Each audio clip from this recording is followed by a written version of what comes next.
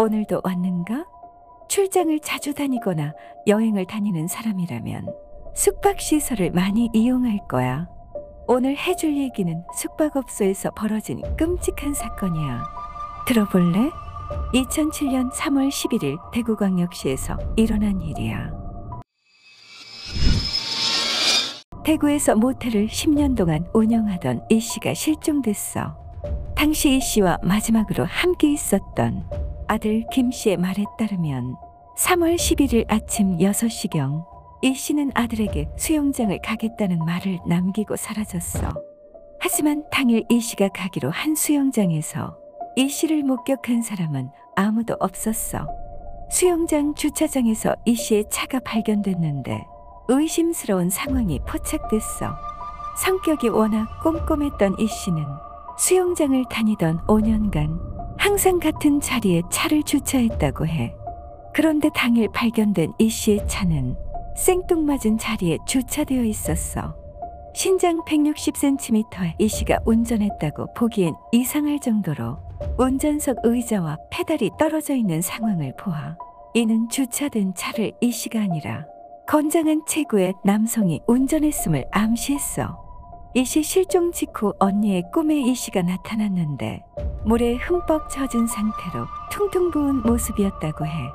이 씨의 언니는 형사들에게 모텔 주변 저수지와 정화조를 조사해보라고 했지만 발견되지 않았고, 당시 이 씨의 언니는 형사들에게 저수지에 물을 퍼올리길 요구하기까지 했으나 이는 받아들여지지 않았어.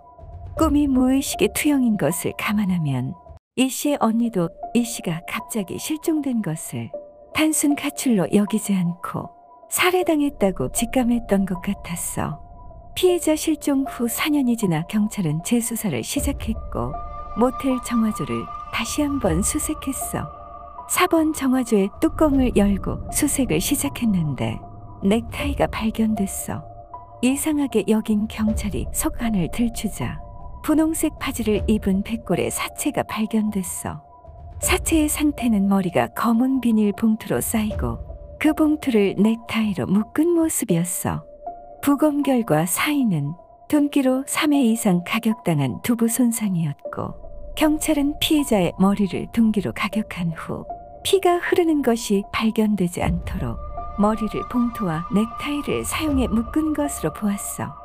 모텔 정화조는 모두 6칸으로 분리됐는데 모텔에서 나온 오물이 가장 먼저 전달되는 1번 맨홀이 가장 더럽고 오염 정도이 심하며 번호가 뒤로 갈수록 정화가 진행되어 오염도가 낮아지는 구조였어.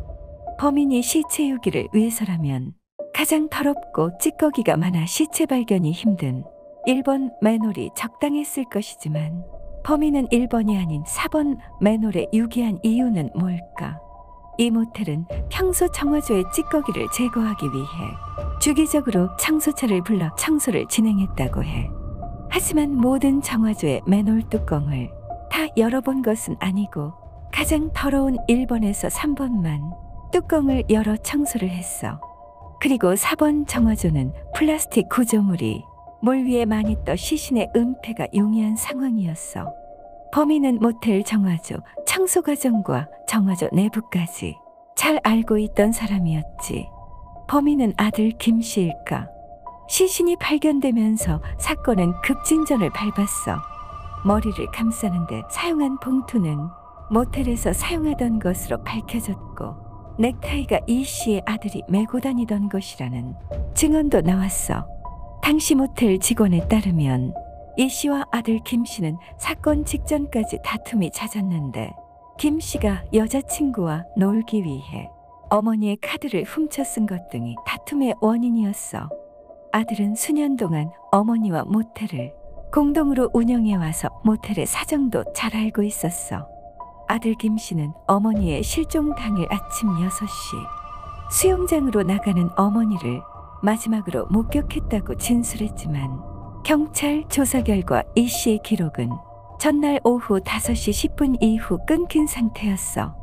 이후의 모텔 숙박 기록은 모두 아들 김 씨가 작성한 것이었고 이 씨가 평소 외출 시 신던 신발은 모텔에서 그대로 발견됐어. 그리고 정화조에서 발견된 사체의 분홍 바지는 평소 이 씨가 모텔 내에서 평상복 차림으로 입던 바지였어. 아들 김 씨는 피해자 이 씨가 실종된 이후에도 혹시나 모를 사체 유기에 대비하기 위해 2년간이나 모텔 접수실에서 CCTV를 계속 감시했다고 해.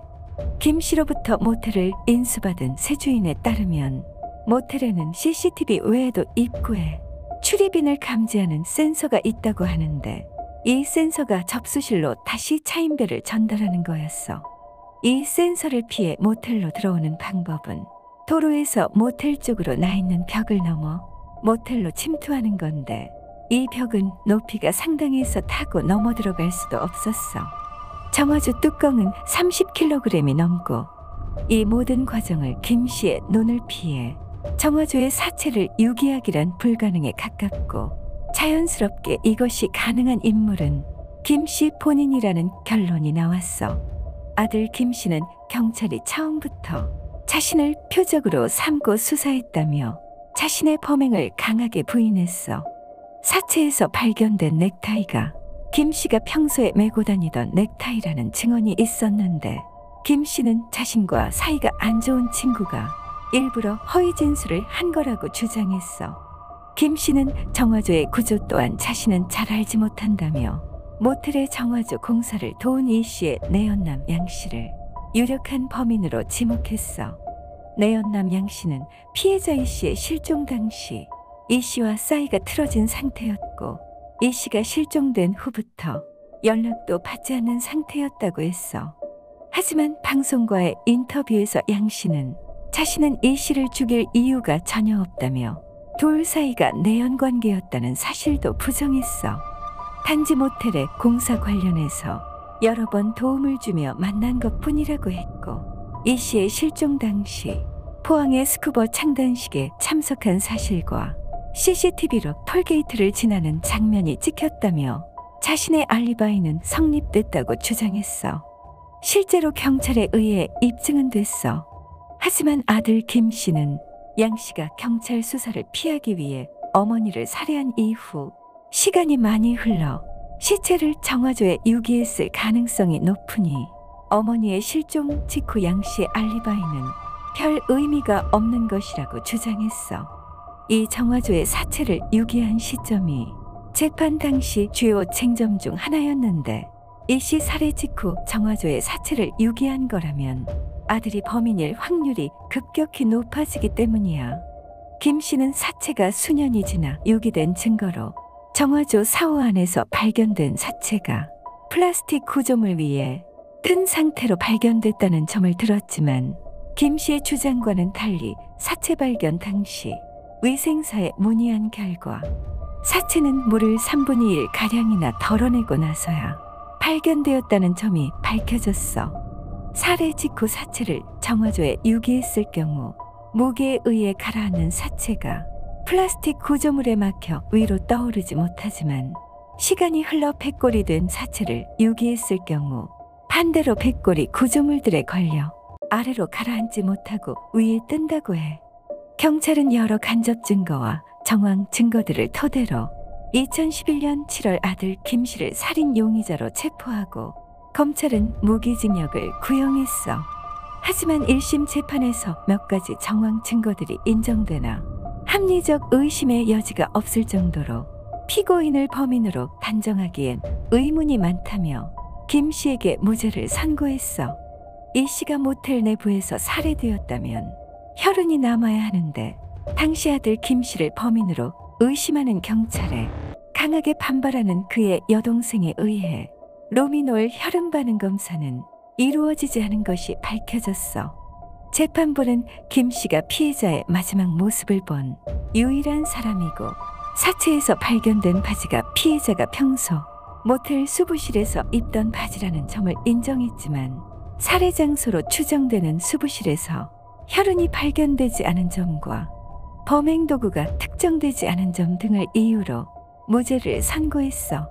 이에 검찰은 불복해 항소했지만 2013년 11월 28일 2심에서도 법원은 경찰의 항소를 기각하고 증거 불충분의 이유로 무죄 판결을 유지했어. 유력한 용의자가 있음에도 불구하고 무죄 판결이 내려진 사건이야.